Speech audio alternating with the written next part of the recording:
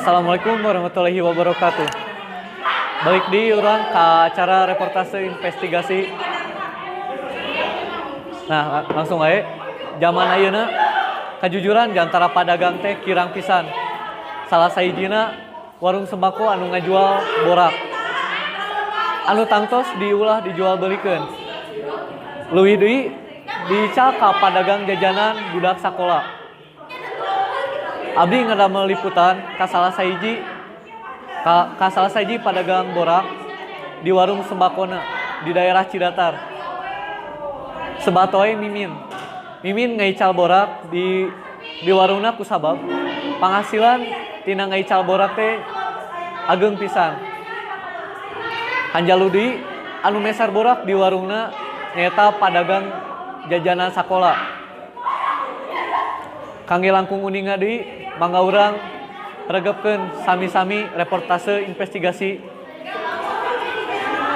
Ieu.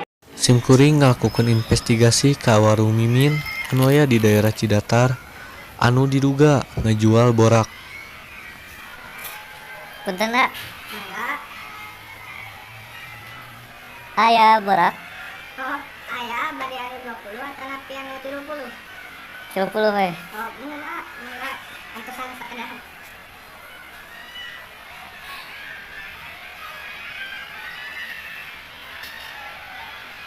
Ya. Oh, muna.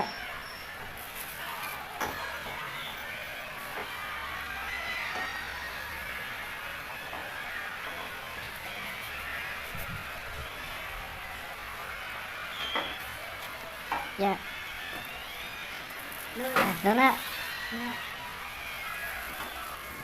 Saterasna simkuring ngalakukeun wawancara ka Mimin salaku penjual borak di warung sembakona. Awalna naha anjeun tiasa ngaical borak? Awalna cobi-cobi awalna aya nu nawisan kangge ngical borak di warung. Abdi lumayan ageung burungna. Kirang langkung sabaraha?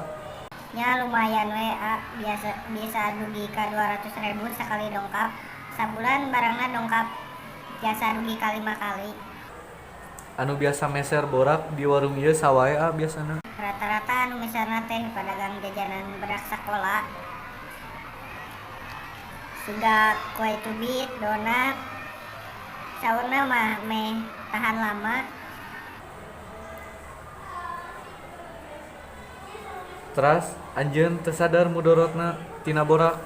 Nya abdi uninga tapi bade kumaha deui abdi kapepet ku biaya hirup kulawargi Anjeun aya niat kangge eureun ngaicalan borak? moal Tiasa ditumbukeun yen padagang jajanan budak sakola atau seueur anu ngandung borak.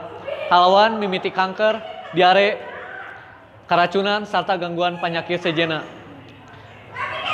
Mangka eta urang kedah pinter-pinter milari jajanan anu sehat sarta tebih ti bahan anu picilakaeun. Nah, rupina sakitu panginten reportase investigasi poe ayeuna. Wassalamualaikum warahmatullahi wabarakatuh.